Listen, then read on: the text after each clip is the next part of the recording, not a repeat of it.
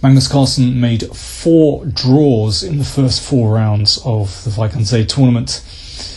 Today he faced Loek van Wely, who on rating is the weakest player in the tournament, but he's a tricky guy. But anyway, it was clear that Carlsen wanted to go for his first win today. Let's see what happened. Well, Carlsen with the black pieces, and he played the Grunfeld, so no Queen's Gambits with black or something more solid. He's playing something that's pretty sharp, and it was quite clear that he had come to the board very well prepared, because in this position, well, you could say the most usual move here is c5, but that's pretty well analysed. But Carlsen played bishop e6, and of late this has been quite a popular move. Well, black has these two, the so-called Botvinnik bishops in the Grunfeld, where they cut across the board, and they can, if the conditions are right, be very powerful. In the last few years, this move, bishop e6, I mean, it looks slightly unusual to develop the bishop so early like this, but it's become quite popular. Actually, when I was looking this up, I saw that the first player to play this move was actually Victor Korchnoi in 1958. He was always a trendsetter. Anyway, c5 is well, keeps more tension in the position, and leads to kind of more manoeuvring, almost a Slav kind of position actually. But Van Wely took on d5, also not a bad move, and traded on d5. And here, the most popular move, and objectively probably the best move, is to take on d5 with the queen, and this leads to an endgame that is, well, perhaps very slightly better for white. Black is solid enough, but it's clear that Carlsen wanted more juice in the position, so he took with the bishop, sacrificing the pawn on c7, which Van Wely took, and then the bishop went all the way back to g3. So, well, here David Navarra has played knight c6 here to play for a very quick e5. Problem is that that can lead to liquidations. Although black has decent compensation, it can actually swap off too many pieces. It's clear that Carlsen wanted to keep more tension in the position. That was the motto of the day. He took this pawn on a2, which kind of looks bizarre actually, not developing pieces, but it creates an imbalance in the position. First thing we should note is that, of course, white would very much like to play b3 to trap in the bishop, but actually queen d5 is okay for black, hitting the b pawn, and if bishop c4 you can actually take on g2, so no panic there. Knight e2 is a very sensible move, just wanting to bring the knight over to just solidify everything and develop the king's knight.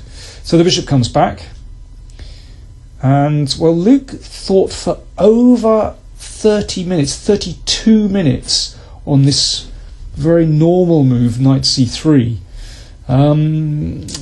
Well, let's see what happens about that later, but it's a bit reckless to spend so much time on one move.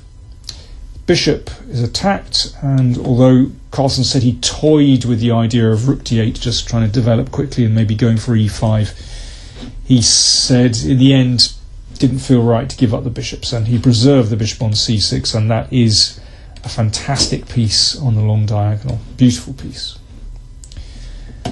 And now Van Wely played h4 to Carlsen's surprise. He said he didn't expect it. But Carlsen also said, well, he's not burning any bridges yet, because actually white can get away with this h-pawn advance because his centre is very solid.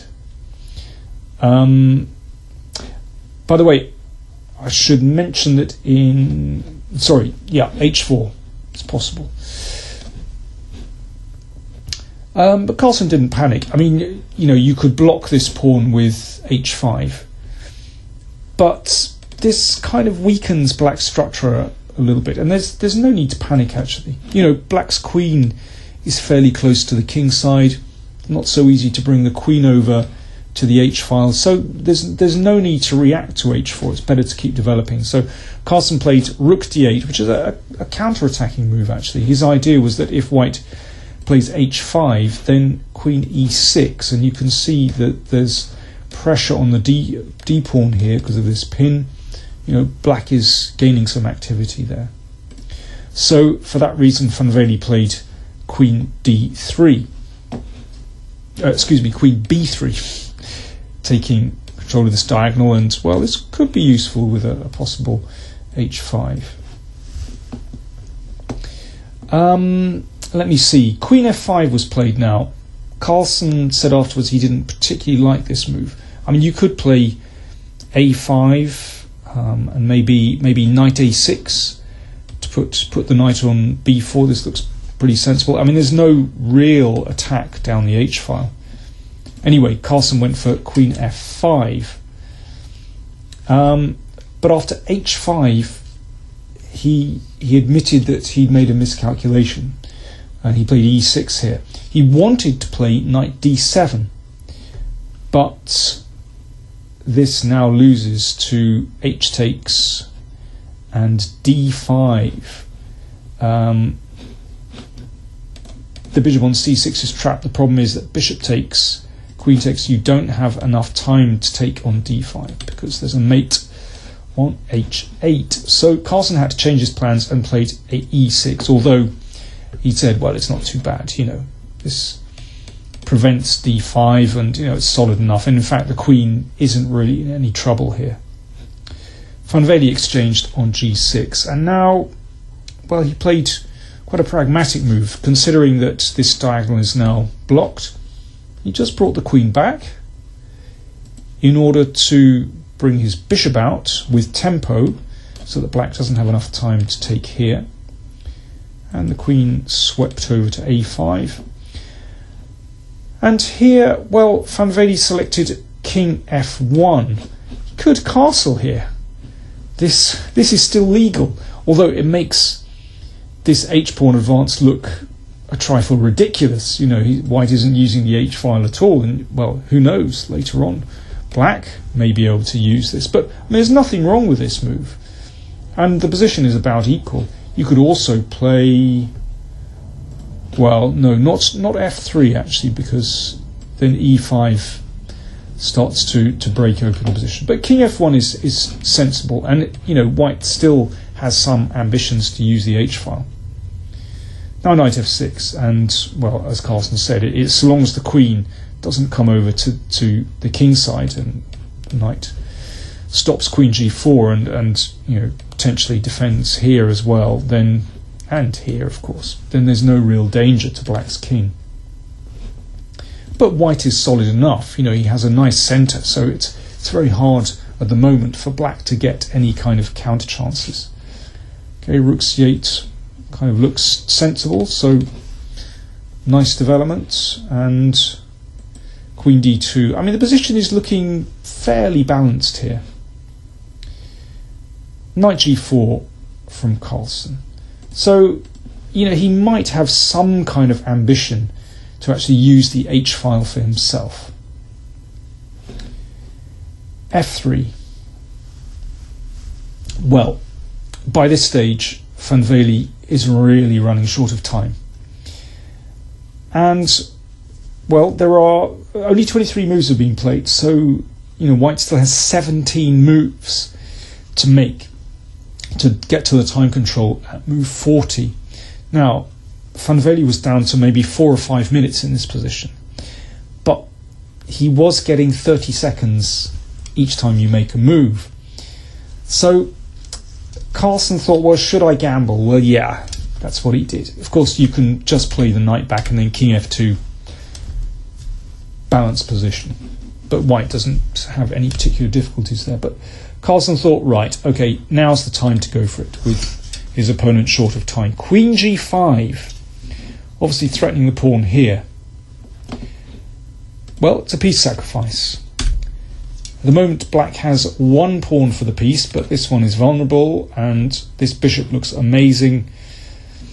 And there are already lots of tricks here. For example, if queen e2 stepping out of this pin, then you can actually take this and play bishop b5.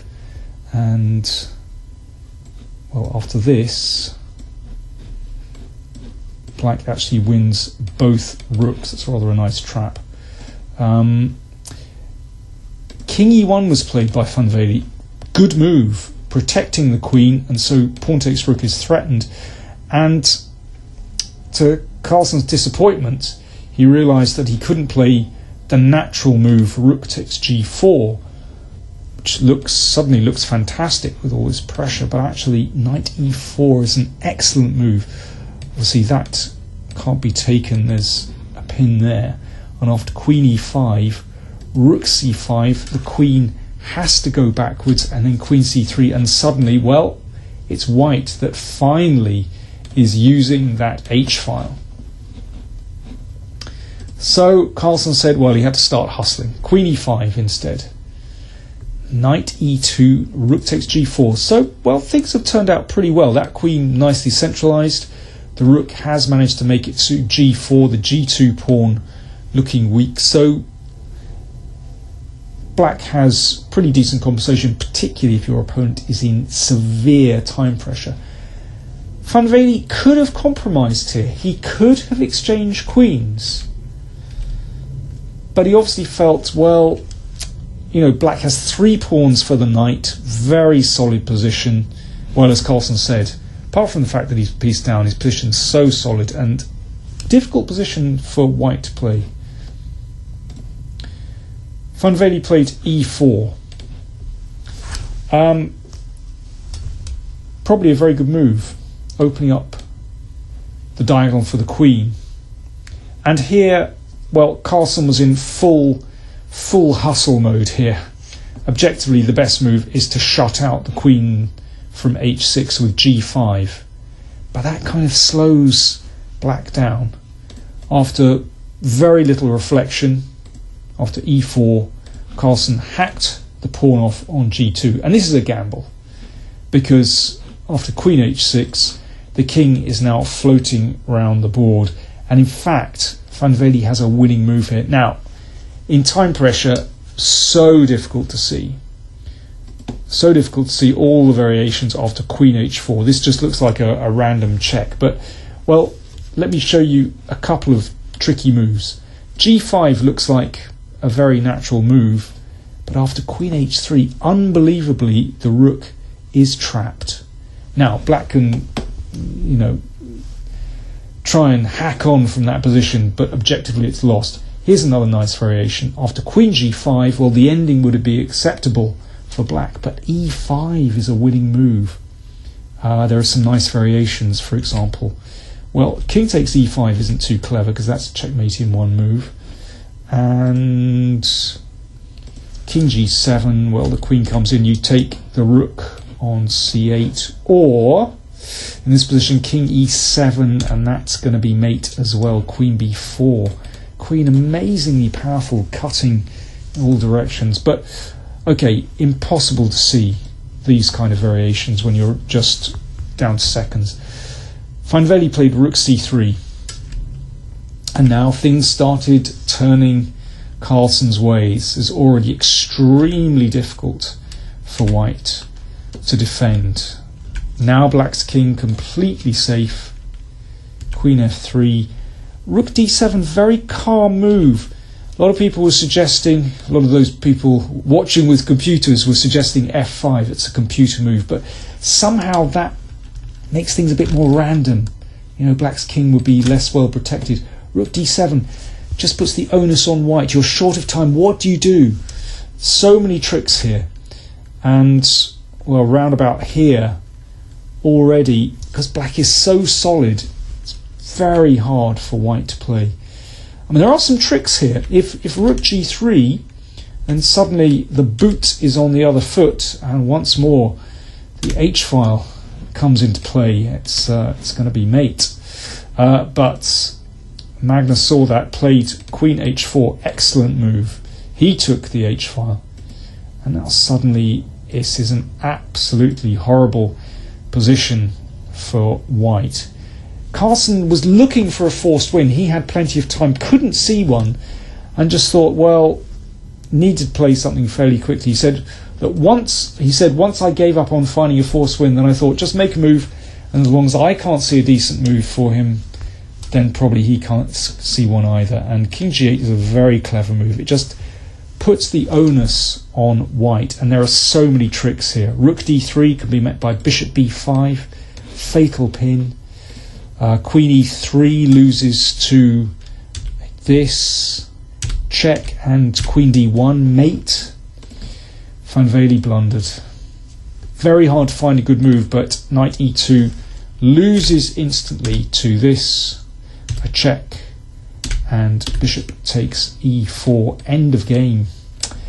Well, fantastic, confident performance from Carlsen, and just so interesting to see him play in such a practical way as well, and spotting all the tricks at the end. So the Carlsen train starts to roll out of the station after his customary slow start. He now has 3 out of 5. Caruana drew today, a tough game against He Fan, so Carlsen still leads with 3.5, along with Ding Liren, who defeated Karyakin in a very nice game. So Caruana and Ding Liren have 3.5. Thanks for watching.